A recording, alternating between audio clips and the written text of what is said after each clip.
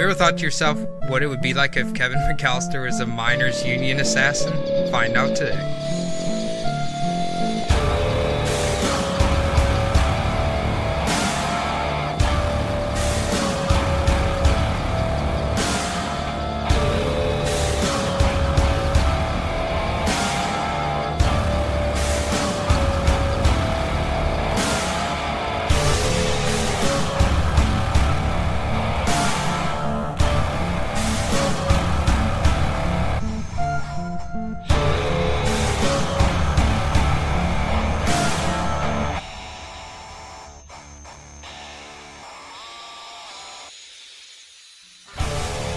Jordan, how are you feeling today? I'm feeling good. You are? Yeah. You gonna bring more energy than last week? I think so.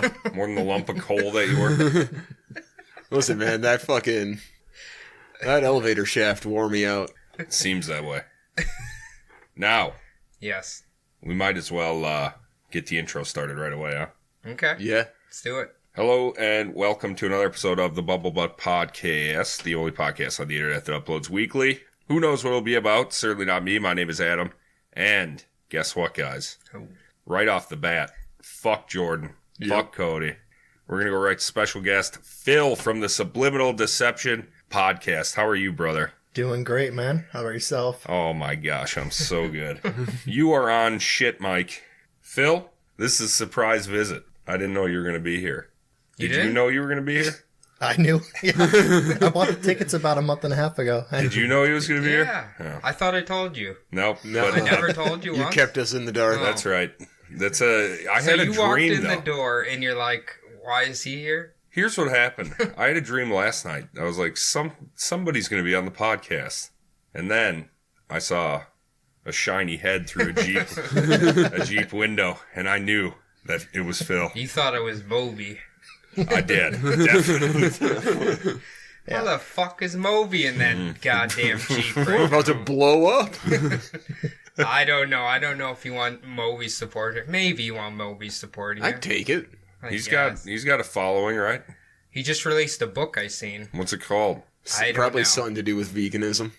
Moby Eats a Plant. When he was talking about him becoming a recovering alcoholic and drug addict and like sex addict, I was kind of surprised that man was having that much sex. Why? was I not. don't know. He was on top of the world for a few Okay. years. That's the king of electronic stuff. He did do something that most musicians refuse to do, is say he could play instruments really well, Yeah. but he sucked at singing. Right? Okay? Got to be self-aware, so props to Moby for that. Props, Moby. Yeah. And Shout then, out, Moby. And then he kept talking about how he wishes the human race was eradicated and stuff, so I was like, maybe his veganism has went I overboard a really hair like bit. Moby now. Yeah, no, Yeah, it's almost like you're having him on today then. So Yeah, exactly. the person who's filleting Moby is Cody. How are you, pal? I'm doing good. I've been enjoying my days off. Oh, yes, you 4 had days Memorial's off. Day week Yeah. off. That's nice. Were you honoring America? Well, it's not Memorial Day yet. I was Well, honoring do myself. Do it the whole fucking week. I was honoring myself with, you know what I do, watch shitty movies all week Yeah. and work on podcasts. I actually kind of felt like a piece of shit for not like doing that much stuff this week. I don't know, it was weird. No, you're fine. You're fine. Yeah, this is your first. You're good, bud. This is your first vacay since I know. the accident. It is. It just feels weird to like sit around all day. I don't know. Now, inquiring minds want to know. You can cut this if you want. Nobody ever found out about why the beginning of your year was so terrible. Now that we're far removed from it, do you want to explain that? What do you mean? Apparently, there was an episode where you were like, "The beginning of my year sucks." No, I think we better let that stew a little bit. You're gonna let that sit for a little Yeah. while longer. All We right. got to keep the audience I had some suspenseful. audience engagement that asked me to bring that up. So, Well, they're gonna have to wait a little longer. well, there you go. We'll get there. Get wetter and wetter for Yep. for whatever this is. Also with us, as always, Jordan. Hello. How's it going, buddy? It is going great. I How are heard- you? I'm good. You know what I heard through the Instagram? Huh. That you are all caked up. I am. How is it?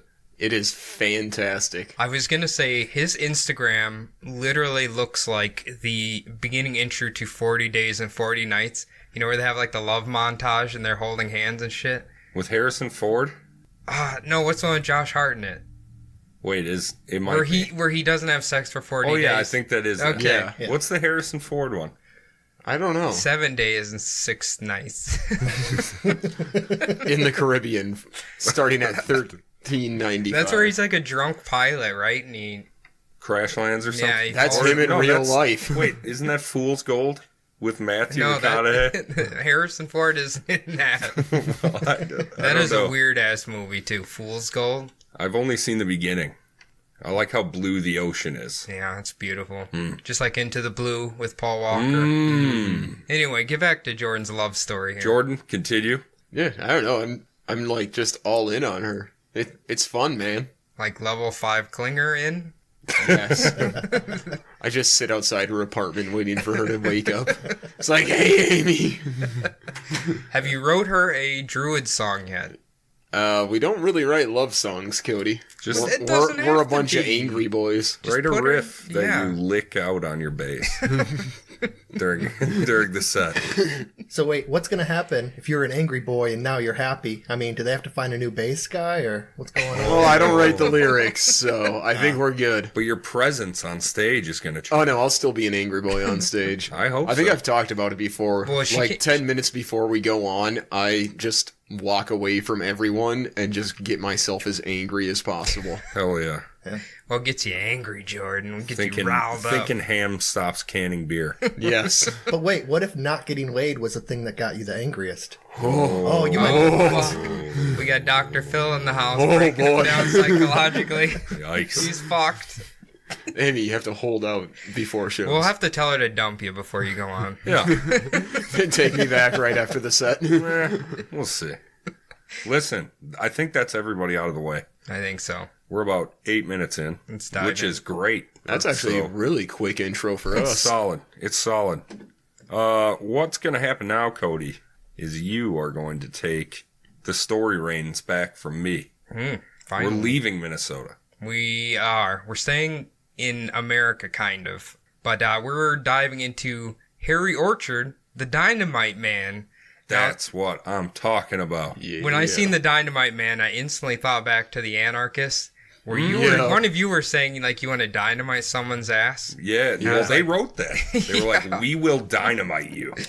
Well, this man does dynamite people, so strap in, everyone. Is it a gory dynamite tale? No. Oh. I was like, when I made my post on Instagram, I was even debating if we want to call him a serial killer or not. But we'll let you guys decide once we get through the story here. All right. I say we're going to vote. Is We will Cody going to vote. tell this story? I say aye. Phil? Aye. Aye. All right, Yes, here we good. go. Albert E. Horsley was born on March 18th, 1866 in Wooler, Ontario, Canada. Oh, he's an Ontario boy. While his birth name was Albert E. Horsley and would have several other aliases throughout his life, his most infamous name would be Harry Orchard, which is what I will be referring to him throughout Harry the story. That's what I call my butt. It is. Is it grow? Oh, I suppose it's got dingleberries, doesn't it, Jordan? Damn right. Ugh. He was one of 8 children, 6 girls, and 2 boys. His father was English, and his mother was Irish. No shit. They like to party. Oh, God. I already have a great feeling about his upbringing. They were your basic poor farming family with a strong religious background. That's all we could ever ask for. Yeah, definitely. Harry would later claim while yes, his family was poor, they worked hard enough to always have food readily available and dressed respectable. He's very prudent about dressing respectable. Harry would attend school until 3rd grade and then shift his priorities into working to help Hell his yeah. parents earn money. Damn, son. He shifted his priorities. Okay. What were we doing in 3rd grade? I was Not- shitting my pants. Not laying brick, that's for sure. I was probably finger painting or something. Yeah. I almost thought you were going to say finger banging. Jesus, Jordan.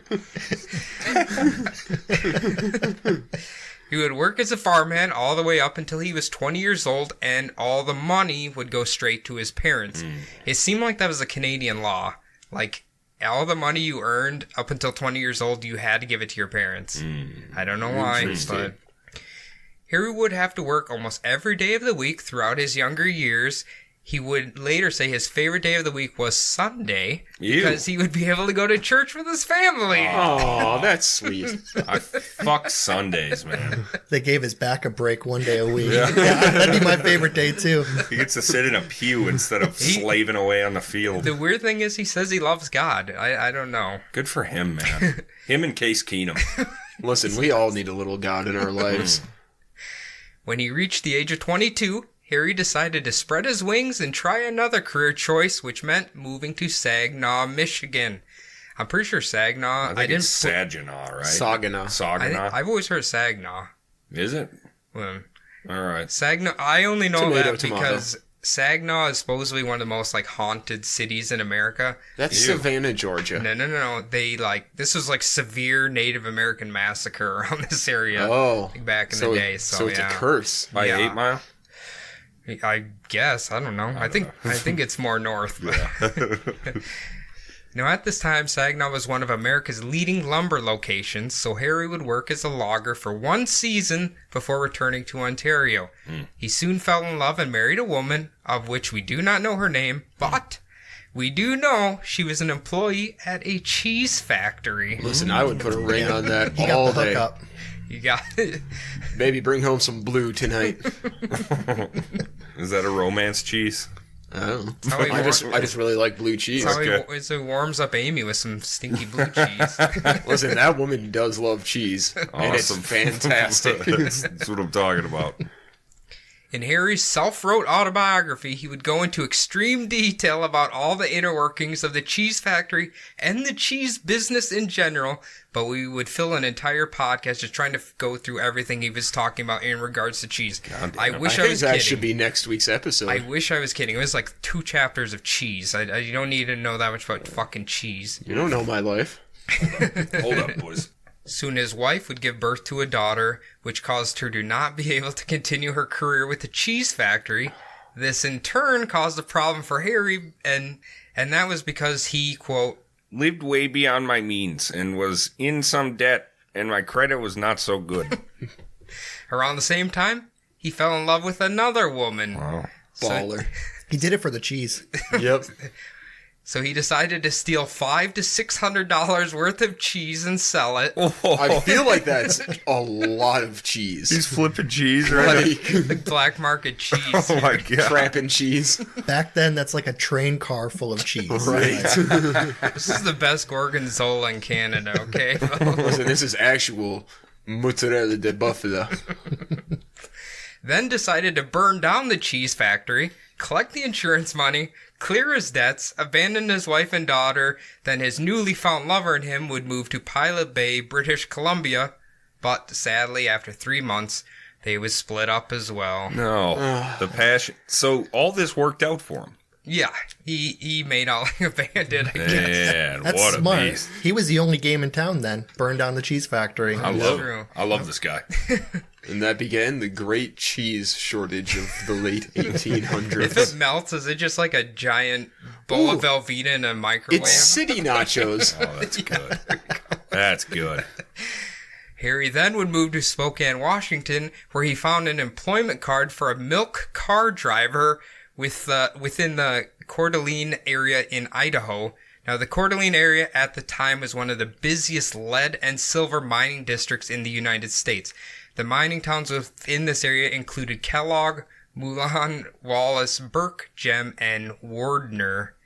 While working as a milk delivery man, he soon learned this mining area was Union country, meaning the Western Federation of Miners.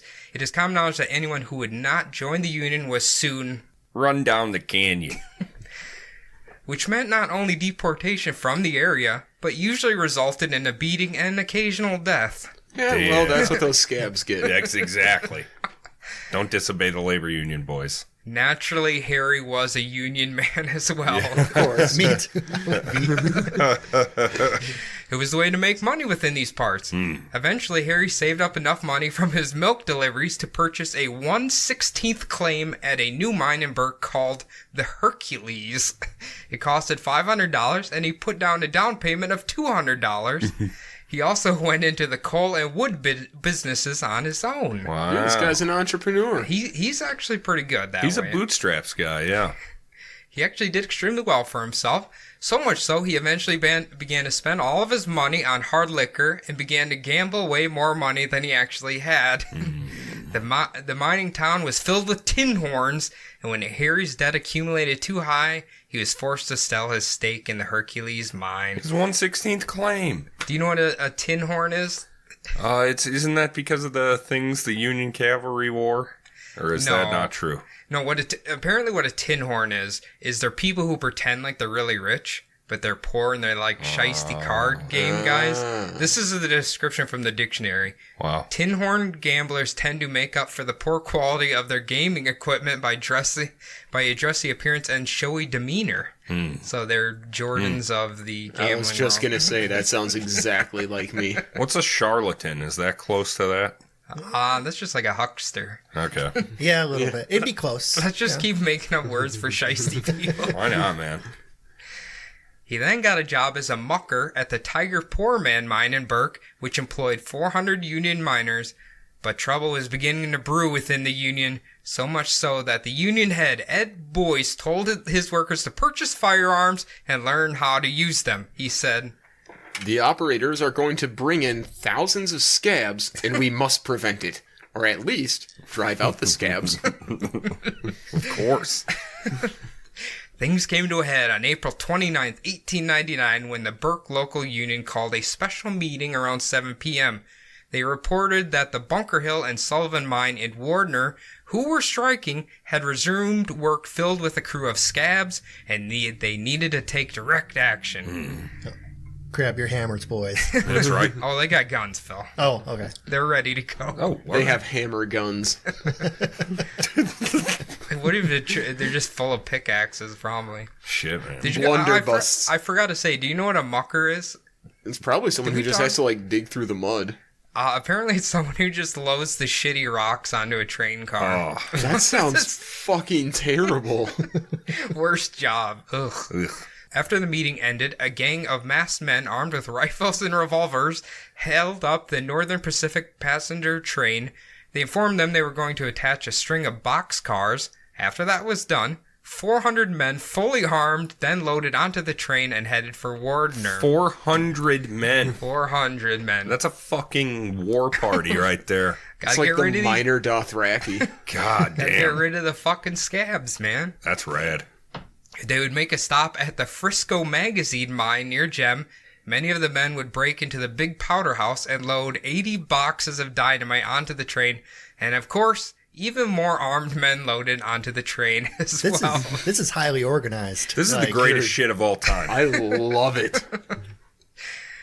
They would make another stop in the mining town of Wallace, and an additional 500 to 600 more armed miners loaded onto the train, wanting to head to the Bunker Hill and Sullivan mine. Christ. But before the train would move any further, the conductor informed them that the rails taking them to Wardner belonged to their competition, the Oregon Railway and Navigation Company. The mob leader then told them, Hell, what difference does that make? apparently a train full of armed miners was enough to convince the conductor to continue on Yeah. his path. Yes. Yeah.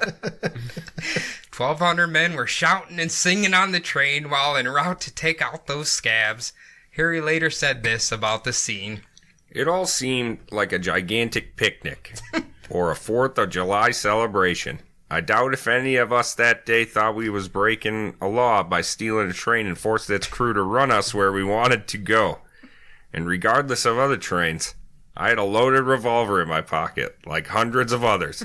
But I never thought for a moment that we were doing anything except the proper and natural thing. Everybody was joking. It really just seemed like a big picnic. a clam bacon barbecue. Very optimistic look out on what's about to happen here. We stole a whole train, loaded up an army. This is the best days of your life. We're having it right now. We didn't do nothing wrong. What's the worst that could happen? When the train finally arrived in Warner, 10 men with, quote, long guns would proceed first in hopes to draw any fire from the mine guards so the rest of the mob could flank them from the other side. Of course, this mob was filled with half-wits and overly hyped-up men, so when they spotted men in the distance with rifles, they immediately opened fire. God. Of course, they didn't realize they were shooting their own men in the advancing party. Oh my god. They ended up killing one and injuring several others. The original mine guards had fled long ago. Like when they heard about it, or what? They must have heard about it somehow, so they got the hell out of there before the fucking mob showed up. Either way, they were seeking volunteers to set the dynamite within the mine. Our boy Harry stepped right up to perform the task. Harry and a few other volunteers would set the 80 cases of dynamite within the main mining building, making sure to set the charges correctly so it would do the most good. They then lit the fuses and the big building exploded that caused the earth to shake for miles. Dude, that's a lot of fucking dynamite. It's a big blast. The rest of the men then broke into the boarding house and superintendent's home and doused it in kerosene, then set everything on fire. There must have been one stray employee in one of these buildings who tried to flee and was shot and killed. Now that the town of Warner was set ablaze, the men reloaded onto the train and headed back to their respective mining towns. Well, that was fun, guys. Wife's making pot roast at home, so I gotta get out of here. You know, I can invite 3 of you. It's not a big roast. Harry then just returned to his mining town job at the Tiger Poor Man mine. Harry then thought, it occurred to me after the affair was over that you can't steal railroad trains, dynamite mines, and burn villages without some reaction. And he was not wrong. Yeah. Because the governor of Idaho, Frank Steunenberg, declared Shoshone County was in the hands of outlaws and called on President McKinney to send aid of federal troops. The troops would arrive and were under the command of H.C. Merriam. He even had a regiment of black soldiers who would act as guards of the bullpens. They would set up concentration camps made of old stables, warehouses, boxcars, and even open stockades to load all the miners by the hundreds. Even though Harry had a third-grade education, he was smart. He quickly quit his mining job with several other men, making sure not to ask for his lost wages, and headed into the mountains nearby. Just let the money go sometimes. Yeah. It's not worth it. Cut and run. They kept moving until they were in Thompson's Falls, Montana, nearly 25 miles away. For the next 2 years, he would travel all over the far west, working in mining camps in Montana, Oregon, California, and Utah. Then in 1902, he would settle down for a time in the Cripple Creek district of Colorado, where he got a job at the Vindicator mine and married once more. God, I hope that one makes it like 6 months. He loves mining. It was his best job available, I guess. He's good at it, I guess, yeah. Here in Cripple Creek, Harry joined the Free Coinage Miners Union, a local of the Western Federation at Altman, but much like Idaho, the Mine Owners Association was attempting to break up all of the unions. 1 year later, in 1903, the mines were shut down by a general strike. Then riot broke out with them attempting to bring in more scabs. The National Guard troops were once again sent in to, quote, restore and keep order, which to the Union meant protection of the scabs and strikebreakers. Because of all of this chaos, one of the richest mines in the region, the Vindicator, would be closed. But Harry and a few other cronies got the brilliant idea to sneak back into the now closed mine and do a bit of high grading. What is high grading? High grading is when you steal the richest gold-bearing metals within the mine and then sell your take to the gold buyers, which most of the gold buyers were actually just fencing stolen property, more or less. So you're doing a little independent mining then? Basically, yeah. Oh, yeah. You think if there was gold in there, they'd be like trying to keep an eye on it, but barely. Yeah. No, people, I guess it's just by the wagon full there, so they just grab a few rocks and head out of there. Once, while Harry was doing a bit of high grading, he took notice of a considerable amount of dynamite within the mine. So he decided to inform the president of the Union about what he had found. So the president of the Union offered Harry $200 to blow up the stash of dynamite. Harry was not a man to turn down money, so he told him, "Sure, I'll do that." Jeez. Harry mentioned his first attempt to blow it up failed because of being surprised by a guard. His second attempt would prove to be more successful. On the 7th floor of the Vindicator mine, he made a target of sorts out of giant caps or detonators right in front of the powder deposit. He then set up a revolver in a vise pointed directly at the cap. He cocked the gun and wired a trigger to a guardrail at the lift entrance on that level. Whoever got out of the cage on the 7th floor would trip the wire, causing the gun to fire and setting off the explosives. Holy shit. He's fucking badass. He's a Rube Goldberg machine. He's really home alone in this. Yeah. You think Harry and what's the other one's name? Ma- From Home Alone. Harry and what's the other criminal's name? Mo. Sally. Is it Mo? It's something with an M, I think. No, who cares? Yeah. Well, it worked like a charm. The following day, the mine superintendent and shift boss got off the lift, setting off the trap. They were splattered all over the walls of the mine. Jesus Christ. With his mission successful, Harry traveled to Denver to meet with Charles H. Moyer and William D. Haywood, a.k.a. Big Bill, which were the president and general secretary of the Western Federation of Miners. They gushed about Harry's successful trap, and Big Bill said, Fine work. Stay here in Denver a few days and enjoy yourself. Big Bill handed him $200 and told him to not make a show of the money. Big Bill told Harry, after he had had his fun, to Then go back to the mines and tear something loose. And so, the Rocky Mountains Dynamite Man had been born. Ooh. Harry did in fact return to the mine and said, I got some roofing pitch and melted it. I took a dozen sticks of giant powder and tied them up in burlap, winding them tightly with twine. I put this bundle into a bucket and ran the warm pitch around it. When it had cooled, I hacked it up a bit so it looked like a chunk of coal. I then made a black powder fuse and filled it full of caps. Bored a hole into the chuck, then put in the fuse and sealed it over so it would not be noticed. I made a couple of these jobs and got an old Union man named Dempsey to throw one of them into the coal bunkers of the Vindicator mine. this obviously laid waste to the mine bunkers. Jesus. You know, you gotta appreciate this guy. When he has a job, he has a fucking job. Yeah. Like, he does it. He's artistic as hell, too. He doesn't half-ass anything. He whole-asses it. After this latest bombing, Harry went on a bit of a lull. In fact, he actually approached a detective thinking of confessing to his crimes, but changed his mind at the last minute. The miners' strike was in full effect around this time in Colorado, and several Union miners were being arrested for several charges, which included derailing trains. So the bosses had a new, less violent job for Harry, and that was to create homemade alibis for the Union men who had been arrested. Fuck yes. Harry would soon meet another important character that would take his explosive knowledge to another level. This man's name is George Pettibone, the owner of a small store in Denver. Now, back in 1892, George was a striking miner within the Idaho region. He stole 200 pounds of dynamite, backed it to the top of a hill, backing the Helena Fresco smelter, mounted it on a float, and sent it down the fume that led into the building. Hell yes.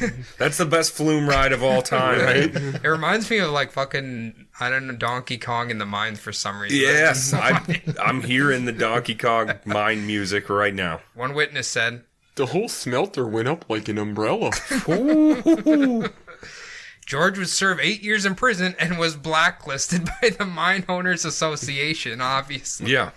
But was still being paid as a union man for the Western Federation of Miners. Listen, Yeah. man, you do the dirty work, you better Yeah. get fucking paid. I would pay him forever. Yep. 200 pounds. Jesus, that's so much. Now, George told Harry how to create a very effective bomb he called Greek Fire,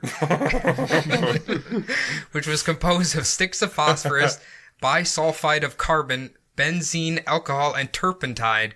Harry, No tzatziki sauce? I don't think so. Are we allowed to say this? What? I don't know, like the mixture of bombs on, You on can the go on podcast? the internet and find this shit anywhere. Harry said this thing was very effective. The second the bottle broke, it would set everything within his path ablaze. He was preparing to unleash it within the Vindicator mine, but Big Bill told him to not proceed in fear that the chemicals could be traced. Big Bill's kind of clever. Didn't want to unleash the wildfire just yet. Big Bill was far from finished with what he called tearing loose, but this particular explosion was just too risky. Harry still needed to continue to set off explosives to send a message, but needed to be smart about it. Then, the president of the Western Federation, Charles H. Moyer, was arrested and detained for reasons we aren't exactly sure. Either way, Harry and other Union men believe that the governor of Colorado, James H. Peabody, was responsible and needed to be eradicated. We gotta blow this dude up. By the way, this whole event that's going on, they refer to as the Colorado Miner Wars. So it's like a big historical event. He's like right in the center of the whole thing. Right. Apparently, many high-ranking Union officials actually encouraged this assassination. So Harry took his revolver and waited for the perfect opportunity to take out the governor near his home. Harry said he waited several nights, but as he would later state, women, children, and even dogs kept getting in his way.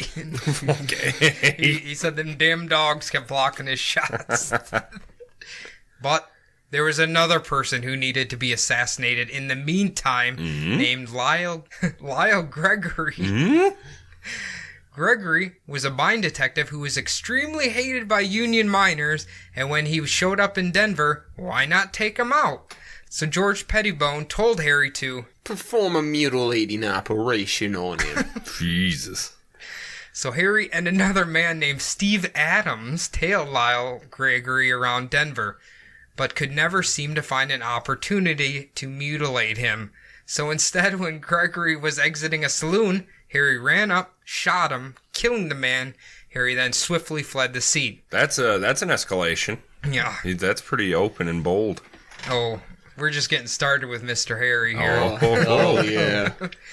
Big Bill was satisfied with Harry's killing of Lyle Gregory, but still felt that something ought to be blown up. I think this dude just likes explosions. Yes. the men within the miners' union were wavering and thought that a nice explosion would revitalize the striking men. God. Just because it turns you on, Bill, doesn't mean it turns everybody on. No shit. Give the boys a little fireworks. Big Bill suggested that Harry blow up the railroad station in Independence, Colorado. He explained that the strikebreakers would get off their shifts at 2:30 a.m. and would congregate at the railroad station while waiting for the train to arrive.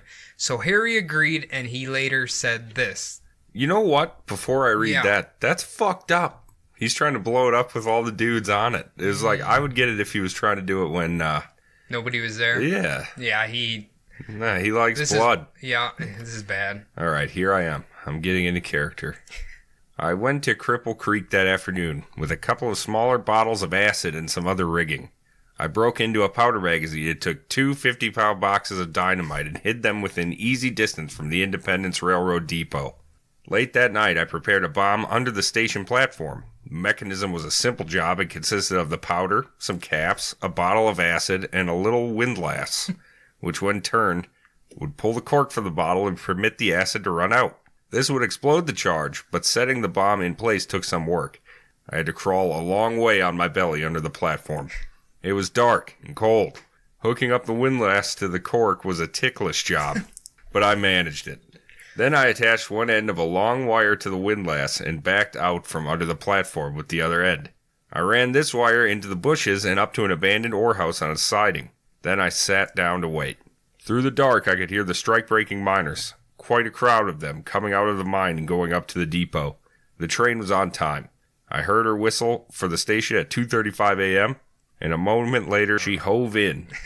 Just then I pulled on the wire. A second later, the charge went off with a tremendous roar. Within an instant, 26 men were killed, and many others were maimed, some for the rest of their lives.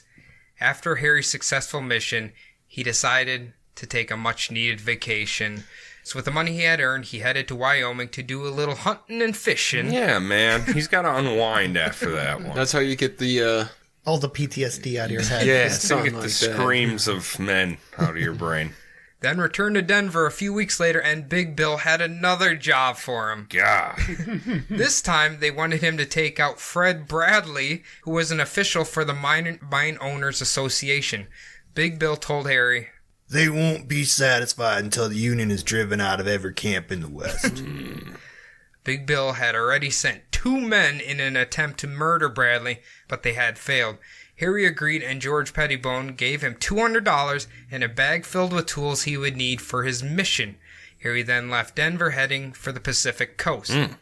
When he reached San Francisco, he would use his new alias, John Dempsey, and then he soon learned that Fred Bradley was on vacation in Alaska and wouldn't return for several weeks. So Harry decided, hell, why not take his own vacation while he waited? That's what I'm talking about. He headed for Caliente Springs, where he got set up in a Hot Springs, I believe that translates to. yes. In Oh, is that Mexican. you speak Spanish? I do a little bit. Mi gusto, little Spanish. Where he got set up in a very nice resort and enjoyed some drinking and gambling to pass the time. After his short vacation, Harry would return to San Francisco and begin to study the Bradley family's daily routine. Initially, he believed that setting up a bomb simply was not feasible, so he decided to try something else. He said, The desperate and horrible means I conceived to carry out my plan, I would gladly let die in my breast. He woke up at 2 a.m. and noticed that the local milkman would leave a bottle on Bradley's front doorstep. So Harry removed the cap and poured a healthy dose of strychnine into the milk. Baba. All right. The following morning, he watched as the Bradley family ate breakfast, but nothing seemed to happen, which left Harry puzzled, but soon learned what had happened. The Bradley's cook had actually returned the milk to the local grocery because he said it had an awfully bitter taste. Wow. Wow. So he sampled a bit of Yeah. I guess not enough to kill him. I guess. So Harry figured he would give Old Faithful another try. Fuck yeah. And he had to make sure Fred Bradley would be the only one to set the bomb off. Late one night, he placed a small screw eye into the inside door of the double doors that led from the apartment building to the street. Okay. That's a mouthful. I gotcha. Okay. You know what a screw eye is? I think it's, you can look through it. No, it's like it's the screws that look like a candy cane. Why would he do that? You're going to learn. Okay. It's like a mounting screw, kind of. Like it's a Oh. screw and then Yeah, yeah, It has a hook. Yeah, Gotcha. so he can attach a wire to it. The following day, he called Bradley, acting like he was a mine owner interested in selling his property, and would meet him at his home around 9 a.m. the following day. So around the designated time, Harry watched as Bradley was consuming his second coffee of the morning. Harry placed the bomb in his coat, ran over to the front doors of the Bradley residence. He then attached the bomb with a string to the screw eye he had placed a few days prior and returned to his vantage point to witness the trap he had set. Within 5 minutes, Bradley would make his way to the front door, and when he opened it, the bomb exploded, causing it to blow away the entire front of the building. Jesus. All 3 stories of it, but So it just looked like somebody shaved off the front Basically. half. Yeah. but Bradley somehow would survive. What? Oh, Yeah, I don't know.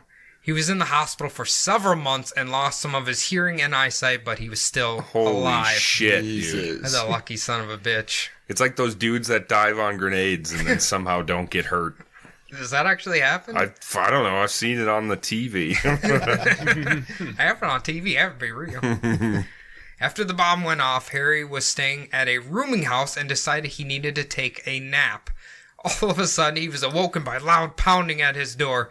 Harry said, What do you want? Come out of there. Harry remembers thinking, I was sure it was police, and as I started to dress, I wondered how they traced me so quickly, or how they had traced me at all for that matter.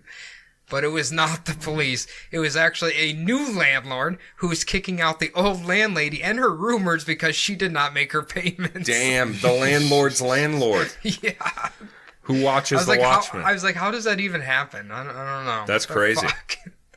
Soon, George Pettibone convinced Harry to return to Denver. they had another job for him, and this was a very high-profile job. So Harry made his way back to Denver and met with his regular cohorts. Big Bill this time wanted to assassinate the governor, James Peabody. He had actually already sent out another assassin to kill him, but wasn't having much success. Big Bill said his would-be assassin seemed to have gotten married. Big Bill told Harry, They don't seem to work so good after they get hitched. Yeah. They got something to live for now. That'll take out an assassin pretty quick. Definitely. Harry's initial plan was to set up a contact bomb on the street the governor was sure to be walking on, but he always was surrounded by bodyguards, and every time he tried to set up a bomb, he could never seem to get it in the right place or have the timing right. But that was okay, because they had another man they wanted him to kill in the meantime. Nice. A little backup. Yeah. It's a side quest. He's just got jobs falling from the sky. You know? Dude. It's like that wanted board on Red Dead. Names just keep popping up on there. God. I want to go home and play Red Dead now. This was another high-priority target named Judge Luther M. Goddard, who was a Supreme Court justice for the state of Colorado. Harry actually got fairly creative with this bomb. I think he comes to that. I think he Yeah. comes to the idea of his Of little like Rube Goldberg bombs. It could be. I think Shoves Definitely a could stick be. of dynamite up his ass. It's pretty fucking. I think he gets off watching his shit work. I think he believes he's actually doing something for the betterment of the Union men. Sure, man. I don't know if he's actually enjoying this, but I think in his head he's a mission killer who thinks he's doing the right thing. He's a third grade educated idiot. Since there was plenty of snow in Denver around this time, his plan was to place the bomb within a lady's purse and place it inconspicuously in the snow. And of course, the curious judge would pick it up, setting off the bomb. Smart. So like usual, Harry would study the judge's movements to find the perfect spot to place the purse. Luckily, the judge was a man of routine, so one morning when Harry noticed the judge beginning to leave his home, he knew where he would be walking. So he set the purse in a lot the judge would be passing through.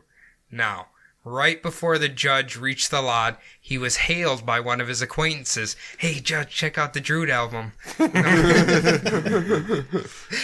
Harry watched from a distance as the two men chatted for a bit, and by some stroke of luck decided to walk in the opposite direction around the block from where the bomb was placed. Fucking hell.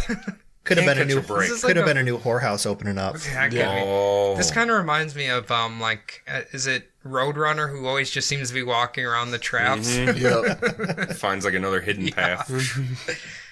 But just 3 minutes after the judge walked away, a man named Merritt W. Wally, or Wally, one of the two, had walked into the lot and found the purse and picked it up, setting off a large explosion. You idiot. Merritt. Leave purses alone. Merritt, you idiot. The Rocky Mountain News said this later about how big the blast was. The explosion also shattered several large windows in the neighborhood. I don't know how much dynamite was in this thing, but it must have been pretty I'm big. gonna guess enough to kill a man. He was I probably assume he so. probably didn't want to leave anything to chance like last time. Yeah. After the accidental murder of Merritt W. Wally, Harry figured he better give himself another alias known as Thomas S. Hogan and laid low for a while.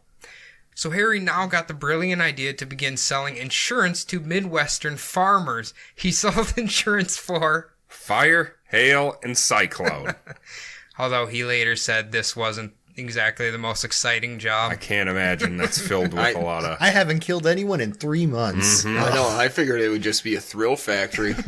selling insurance to farmers. Yeah. Once the heat settled in August 1905, Harry returned to Denver and began to confer with Big Bill and George Pettibone once again. Big Bill told him that the ex-governor of Idaho, Frank Steunenberg, should be taken out. Why? He's not even in office. We're going to find out. Okay. Remember that Frank was the one who had called the federal troops when the miners first began to riot. Okay. We found out right away. Gotta pay for past sins. Let that go. Big Bill ain't letting nothing go. Big Bill told Harry that if he does in fact pull off this murder, he will make sure to send anonymous letters about the death of Frank Steunenberg to Governor Peabody of Colorado, Sherman Bell, and others who are attempting to crush the Union. The only thing those men understand is violence, and that is what they're gonna get. Yes. Fuck yeah. Yes. I feel like Big Bill, that's all he understands is fucking violence. Big Bill's the fucking man. From the sound of it, he should maybe set off a couple bombs himself. Might get a little that, stress out. Ooh, empty his balls out a little. He's got Yeah. the largest collection of black cats in America. So on August 25th, 1905, Harry picked up his new bag of assassin supplies from Pettibone and headed to Caldwell, Idaho. Mm-hmm. Caldwell was where the ex-governor was now living, and Harry registered at the Saratoga Hotel, making sure to inform everybody he was here on sheep business. Just here on sheep business, guys. I mean, I usually am when I end up at the Saratoga. Yeah. I imagine him just walking through the hotel bar, like walking up to random strangers. I'm on sheep business. I'm on sheep business. Don't worry about me. Inconspicuous Just as here hell. on sheep business, It's man. all sheep from top to down. That's important because the ex-governor was now a sheep rancher. Shit, man. He's planting seeds. He's like, oh, there's a boy here on sheep business, Mr. Governor. Harry soon learned that Frank was actually staying at a hotel in Boise, Idaho around this time. So, of course, Harry headed for Boise and got a room at the same hotel. After once again learning the patterns of Frank, Harry was planning on making a bomb to place under his bed. His plan was to make a bomb out of an alarm clock timer, but after testing the bomb underneath his own bed, he decided that the ticking was just too loud. Certainly. While trying to figure out a new method for killing Frank, the ex-governor had actually left town, and it would be 3 weeks before he would return to Caldwell. Harry, being a man that seemed to like to take mini vacations in between assassinations, took a trip to Portland, Oregon to see the Lewis and Clark Exposition. Nice. He then visited the Puget Sound in Washington, Beautiful. but knew it was time to complete the task. He said, I always dreaded to do these murders, and usually put them off as long as I could. Or rather, as long as I had money. Man, he went to some nice spots, though. certainly road tripping. Now, back in Caldwell, he decided that bombing Frank at his home was the best bet. He took a few days to study the family's movements. He always seemed to make conscientious decisions not to harm the wife or children. His method was one that he had used several times before, basically setting up a tripwire that, once pulled, would dump the acid onto the 10 pounds of dynamite. He set up the trap on a path outside Frank's residence. 30 minutes later, he watched as the governor made his way back home. Harry waited patiently, but nothing ever happened. It was later determined that the ex-governor had managed to step over the tripwire without even realizing it. Jesus Christ. Harry then left town for 2 weeks, then returned on December 30th. Harry was just playing a friendly game of cards at the Saratoga Hotel when Frank walked in. He knew he only had a short period before Frank would return home once again. Harry said, I went up to my room and took the bomb out of my valise. I wrapped it in a newspaper, put it under my arm, and went downstairs. Mr. Steunenberg was still in the lobby. I went outside and hurried as fast as I could to his residence and laid the bomb down close to his gatepost. I then tied a cord to a screw eye out of the cork and ran it around a picket of the gate. I had it fixed so that when the gate was open, it would jerk the cord from the bottle and let the acid run out and set off the bomb. I fixed it so that even if he did not open the gate wide enough to pull the cork, he would still strike the cord with his feet, and this would do the job as well. I brushed some snow over the bomb and hurried back to the hotel. God, he's thorough. he's very thorough. Does he ever just feel like shooting him? Just No, Honestly, he did that once, right? Yeah. he It, said it probably just didn't give him the boner he always wants. Big Bill always wants something blown up. So he follows with Big Bill. He Big wants Bill's something a blown up. bombman. And so the ex-governor was blown to bits. Woohoo! The explosion, Maybe. the explosion was so loud it could be heard from miles away and had blown all the front windows out of the Steunenberg's house out. Harry then quickly made his way back to the hotel. He said this happened next. I was going to take some things out of my room and throw them away. There were some bits of dynamite, some pieces of fuse, several giant caps, and a bottle or two of acid. I emptied the acid into the sink and put the bottles into my side pocket, planning to take it downstairs and throw it away. It wasn't 2 seconds after I put that bottle in my pocket when a flash like a pistol ran out in the room, and the coat was nearly all torn off my back. After accidentally detonating his explosives and blowing his coat off, he said, I immediately understood what had taken place, and it almost unnerved me for a moment. God. He's like the coyote, just standing there like a cinder, just smoking. His fucking he's like, mob. woo, that was exciting. He put his batteries in his pocket with his keys, and they vented. Somehow, nobody else seemed to have heard this explosion, or at least didn't bring it up. Harry just went downstairs and had a good solid supper. Harry remembered thinking, Something, I cannot tell you what came across me. I got to thinking of the many incriminating things in my room. Besides the fuse and caps, I realized that I had some sugar and more chloride of potash in my things. I also had an amount of plaster of Paris, a batch of screw eyes, and an electric flashlight. Ooh. I knew all these things would be hard to explain to Found, but still, I sat there and didn't do anything about them. After that cap went off in my pocket, I seemed to lose my reasoning power. I simply left everything where it was. I guess almost blowing yourself up might make you be like, all right, Might fuck this phase you shit. for a minute. A new lease on life, maybe? I love it how shortly after, like, a huge bomb goes off in the city and the governor gets blown up, they're serving dinner at the hotel. Just a few blocks away. Just, oh yeah, did you hear about loud bang? Here the governor died. Hey, at the Saratoga, we don't miss meals. Yeah, Doesn't matter. it's a fine dining establishment. Instead of hopping on the next train leaving Caldwell, he decided to stay another night. The following morning, Harry approached a group of locals discussing the bombing from last night. For some reason, Harry just blurts out that he is looking for someone he can purchase wethers from. Wethers meaning sheep. Oh. This arose suspicion, and Harry was taken in for questioning. When you just run up to random people on the street, You know where I can buy some sheep? that's fucked. That'd be so funny. Just walk up to strangers. You know where I can get some sheep from? You're going to jail. We need to talk to you. The police were asking him what his business in Caldwell was, and Harry was so logical with his responses, the police actually released him and even apologized to him. And that same day, the High Sheriff of Baker, Oregon, who just happened to be in town, spotted Harry and said, I know that feller. He isn't T.S. Hogan. He is Harry Orchard, who used to be active in the miners' union. It's all coming down. yeah. It's all coming down around his ankles now, boys. Harry was promptly arrested and denied having anything to do with the bombing. Nice try. Your dick was hard when we showed you a piece of dynamite.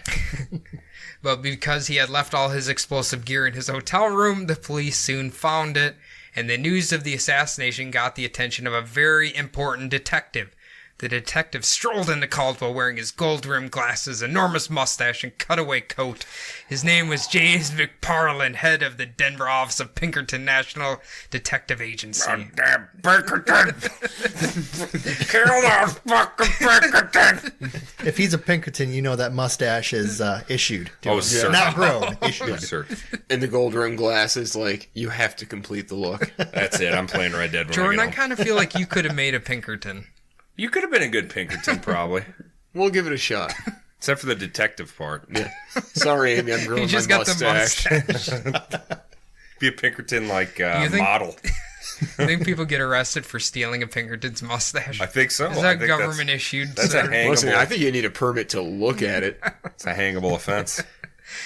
Nobody is sure how McParland was allowed access to Harry in his jail cell, but Harry said, I was afraid to die unless I unburdened my conscience. "No, that's nice of you." Mm-hmm. And so Harry started confessing to everything he had done. Soon they would arrest and extradite Mr. Moyer, Big Bill, and George Pettibone to Idaho. This trial was a tricky one because most people were either on the pro-union side or the anti-union side. Even President Theodore Roosevelt had written a private letter about the situation that eventually became public, referring to the accused as, quote, undesirable citizens. This caused quite an outrage throughout the country and trial. C.A.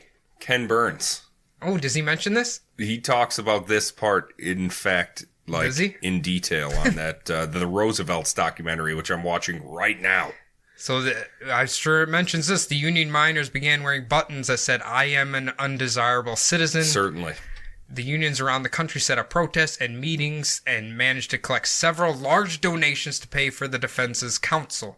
The trial began on May 9th, 1907.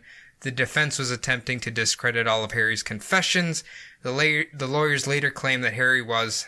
The most monumental liar that ever existed. Goddamn. Roasted him there. The defense continuously tried to attack Harry Orchard's character in an attempt to make him seem like a liar. I'm not joking, they really leaned on he's a bigamist, you can't trust him, because he's married fucking 4 times. Yeah. Hey, you're supposed to be my lawyer, man. What are you doing? After the trial was over and it was the jury's time to decide, the judge made sure to inform them. Under the statutes of this state, a person cannot be convicted of a crime upon testimony if an accomplice, unless such accomplice, is corroborated by other evidence. Do you think that's still law? No idea. I don't think it is. But... No idea. Maybe in Idaho. Let's ask Shy. Shy. Right? When the jury finally rested, they found Big Bill not guilty. In the case of George A. Pettibone, they found him not guilty. And Charles Moyer's case was completely dismissed. Whoa. So this is probably why Big Bill's blowing up the fucking paper or whatever film. Yep. He's free man. Harry Orchard was sentenced to be hanged, but the sentence would later be commuted to a life imprisonment. Oh. Harry Orchard would spend the rest of his life in the penitentiary. He was known to enjoy tending to his chickens and turkeys, Awesome. reading Adventist literature, and writing his memoirs of his 35 years in the penitentiary. God. After his sentencing in March 1908, he would serve more than 46 years at the Old Idaho State Penitentiary, its longest term ever. He was a record breaker. Damn. As a trustee, he had lived outside of the prison walls in a small house for most of his later years, tending to the prison's poultry flocks, but was brought back in after he had suffered a mild stroke a year earlier. Oh. Orchard was bedridden for his last 3 months and in a coma for his last days. Orchard died in the Old Idaho State Penitentiary on April 13th, 1954 at the age of 88, over 48 years after his arrest. Damn. Not gonna lie, 88 seems like a good run for being born in 1866. Yes. Yeah. Yes. Hey, you did good. He doubled the life expectancy. Apparently, blowing shit up is good for you. Yeah, And that's what I'm taking out of this. Considering his job, he should have died much sooner.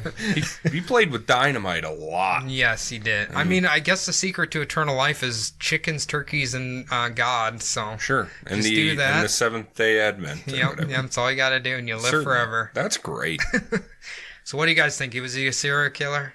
I think he was just a guy doing a job. He was a hitman. Yeah. Definitely an assassin, but... But I think he thought he was real clever with the way he I'm set up sure his he bombs. was. Yeah. You should look up a picture of him. He looks like an old-timey hipster. Does he? Yes, he does. Phil, what did you think? I don't know. I mean, parallels to today. Everyone with money got out of that case except for him. True. Yeah. That's right. I also noticed that his pay never went up. He kept getting $200 for every single person, even the governor. I should have looked up what the equivalent to today's money is for $200, but it's probably like $2,000 or something. My God, you saw how good I did last time. That's going to be $300 now, homie. Did you see where I rigged the gun up like I was in a fucking Jigsaw movie or something? Fucking crazy. It's 1800s, and I'm doing crazy shit. I don't know. I love this story. This guy's like a fucking cartoon. Oh, yeah. The whole thing is just like this big fucking cartoon thing. It's wonderful. Like, the fact that he blew himself up, minorly, is amazing. I was kind of wondering, did he go downstairs and there's just he only has the shoulders on his coat still. He's like, I'm here for the beef stew. This jacket used to have elbow patches. Everyone's just looking upstairs like, man, the whore's up there doing some fancy things. We just got loaded from San Francisco. Oh, boy. They did Harry good up there. Oh, God. Here, would you say that pussy was bomb? Oh. All right, yeah. So yeah, that's the tale of Harry Orchard. Cody, that's beautiful. I love that. Thank you. That's really Thank a you. good story. Yes. If you want to tell us how to make other explosives, you can do so at bumblebuttpodcast@gmail.com. What's that, Adam? bumblebuttpodcast@gmail.com. As always, you can follow us on Twitter at bumblebuttpod and on Facebook and Instagram at bumblebuttpodcast. Now, We also have personal ones. Jordan at j.j.fox. You can see him post pictures of his girlfriend holding hands and stuff. It's real cute. It's fucking adorable. It's real nice. We're all suffering FOMO. We're all thrilled. Yeah, exactly. That's what it is. I want to be holding Jordan's hand. Mine is at Bumble Adam. Oh, shit. Cody's at Bumblebutt Podcast, but that's just our thing. Yeah. Now, I want you to talk about subliminal deception. You two. Say stuff about it since you are on it. You want to fire away, Phil? Want me to do it? Yeah, we just recorded, episode 10? Yeah. Pretty good one. Yeah, we do a weekly conspiracy theory show. We're usually a little bit more cynical on the conspiracy theory side that I think people kind of enjoy and some people hate, obviously. But we like to cover topics. We like to get weird. I'd say the episode we recorded yesterday is extremely weird. So you have a divisive show. Yes. Good. Yes, 10 episodes in. Well, almost 10 episodes in. It's wonderful. Yeah. So, it is a good time. It is a fun listen. Yeah, give it a listen. It's definitely different than Bumblebutt, but that's good. Yeah, we need variety around here. Absolutely, man. Absolutely. Anything else you want to say about it? What is it at Subliminal Deception? Yeah, add this Subliminal Deception podcast on Instagram. Just give Phil a follow. You can search through our followers and find it on there. Perfect, dude. I'm always pimping him on our thing or posting about it, so it's easy to find. Yeah. Find really it, easy to find, download it, do it all, right? I'm always responding to people who message us, so we just had a couple last week, so Yeah. Perfect. Even Finally getting even the traction. porn bots, Phil will respond to you. Hey, man. Yep. I like the 0 followers, 0 everything. It's Like the hottest chick of all time. Yeah, it just says hi. 3 followers following 15,000. Yeah, I always. Oh, she must be real. Yeah. She's the woman of my dreams. All right. Goddamn, boys. Now it's time for the most important part of the show, at least if you ask Cody. That's the iTunes reviews, my friend. I believe we've gotten 2. One just 5-star, one written, and I actually know who the written's from. Who's it from? It is from our fan Bianca. Our friend Bianca. Yes. She says the only podcast that uploads weekly. Yes. That's very true. Oh my God. She figured it out. Seriously love these guys. I've had some serious belly laughs from the off-the-wall stuff they say. Their accents are astounding and their self-deprecating humor is on point. Yes. Okay. The amount of research they put into their subjects is super impressive, and it's awesome to hear an actual story as opposed to just hearing something that sounds like a Wikipedia article every Wednesday and Sunday. I definitely look forward to the show for some genuine laughs. Keep it up, my dudes, and thank you for the time you put into the show. Well, thank you, Bianca. Great, yeah. Bianca, you're awesome. Thank you. She's very funny. She's also going to start her own podcast. She is. I think they're working on it right now, which is is. pretty I rad. think she's been talking to me and you about some tips, but you know what? You just gotta spread your wings. Anybody who's curious in a podcast, just try it. Do it. Don't worry about what other people think. Just fucking do it. You're gonna sound stupid. We all sound stupid. That's just we that's still life, do. baby. That's life. Just be is. stupid with us. All right. Goddamn. Is that gonna do it? It's gonna do it. All right. I'm gonna say goodbye to this new round table we have going on here. I'm gonna start with Jordan. Goodbye, Jordan. Goodbye, Adam. Thank you, Jordan. Thank you, Adam. Now I'm going to say thank you, Cody. Thank you, Adam. Goodbye, Cody. Goodbye, Adam. Now thank you, special guest and Subliminal Deception host Phil. Thank you, Adam. And goodbye, Phil. Goodbye, Adam. And now everybody else, I want you to have a nice weekend, unless it's Tuesday. I'm gonna go kiss my girlfriend. Ugh.